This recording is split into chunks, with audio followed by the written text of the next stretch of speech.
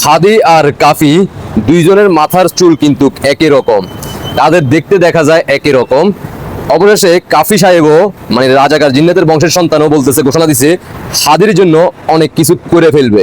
কিন্তু কথা হচ্ছে কাফিকে বলতে চাই, তোমাদের বাড়ি আগুন দিয়ে ফুরিয়ে ফেলা হইলো, তুমিও বলছিলা 24 ঘন্টার ভিতরে তুমি কি যেন করে ফেলবা। তো দীর্ঘ 1 বছর প্লাস হয়ে গেছে, এখন পর্যন্ত কিছুই করতে পারো নাই। অন্যদিকে এই হাদিও বলছিল 24 ঘন্টার ভিতরে যদি কিছু না করতে পারে তাহলে তিনি 24 ঘন্টার ভিতরে গোপালগঞ্জের নাম পরিবর্তন করে ফেলবো। তারপরে একের পর এক শেখ হাসিনাকে নিয়ে অনেক কথা বলছে। আর তুমি বলতেছ যে নতুন বাংলাদেশ উপহার দিছ, স্বৈরাচারের বিরুদ্ধে রুখে দাঁড়াইছিলা। আর নতুন বাংলাদেশে 5 আগস্টের পর থেকে দিয়ে এত হাজার হাজার মা বোন দূষিত হইলো, এতজনের বাড়িঘর লুটপাট হইলো, অনেক মা তার সন্তান হারাইছে। তোমাদের মতো রাজাকার বংশের কন্টেন্ট ক্রিয়েটররা কেউ কথা বলে নাই। যারা কন্টেন্ট ক্রিয়েটর হয়েছিল, সেলিব্রিটি হয়েছিল, ওই স্বৈরাচার শেখ হাসিনার আমলে ডিজিটাল বাংলাদেশ করার কারণে, বঙ্গবন্ধু স্যাটেলাইট মহাকাশে ফালানোর কারণে কিন্তু তোমরা সেলিব্রিটি হয়েছিল। আর তোমরা তখন আত্মপ্রকাশ করো নাই যে তোমরা রাজাকারের বংশের সন্তান। তোমরা তখন মানুষের ভালোবাসা অর্জন করছিলা। আর তোমাদের ডাকে তখন রাজপথে মানুষ অন্ধবিশ্বাস হয়ে রাজপথে নেমে আসছে। আর যখন তোমাদের আসল রূপগুলো দেখতেছে আর দেখে ফেলছে, এখন আর তোমাদের ডাকে কেউ আসবে না।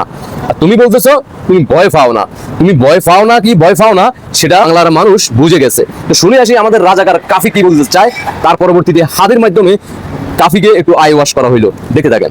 এই মুহূর্তে শাহবাগ দাঁড়িয়ে আছি। আপনাদের আসলে যতবার জুলাই দরকার হয় ততবারই কিন্তু বাংলাদেশের মানুষ আপনাদেরকে জুলাই উপহার দিবে, কেননা জুলাই আগস্ট আন্দোলন করে নতুন বাংলাদেশ তৈরি হয়েছে।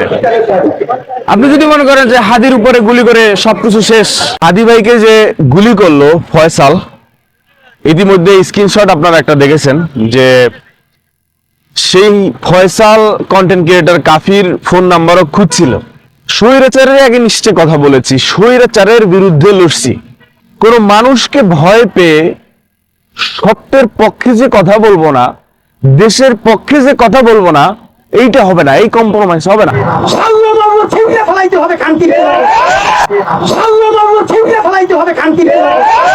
মনে হয় যে আমি চুষবো, আমি বসে বসে যে আমার ইয়ে লোকজনকে মারবো, আমি বসে বসে চুষবো। কি দেখলেন তো, কাফি আর হাদি বনাম দুজনের চুল কিন্তু একই রকম, মানে বান্ডার। তারা কিন্তু আবার সমকামিতার সাথে জড়িত। আপনারা ইতিমধ্যে জানেন কাফি কিন্তু সমকামিতার সাথে যুক্ত আছে, ইতিমধ্যে আপনারা অবগত আছে। তো কাফির দৃষ্টি আকর্ষণ করে বলতে চাই, ওই যে আমাদের জামাতের যে নারী নেত্রী আপা বলছে, আর এই যে হাদি ভাই বলছে, দুইজনের যে শব্দগুলা, শব্দ বোমা, হ্যাঁ, শব্দ বোমাগুলা ঠিকভাবে কাজে আসবে।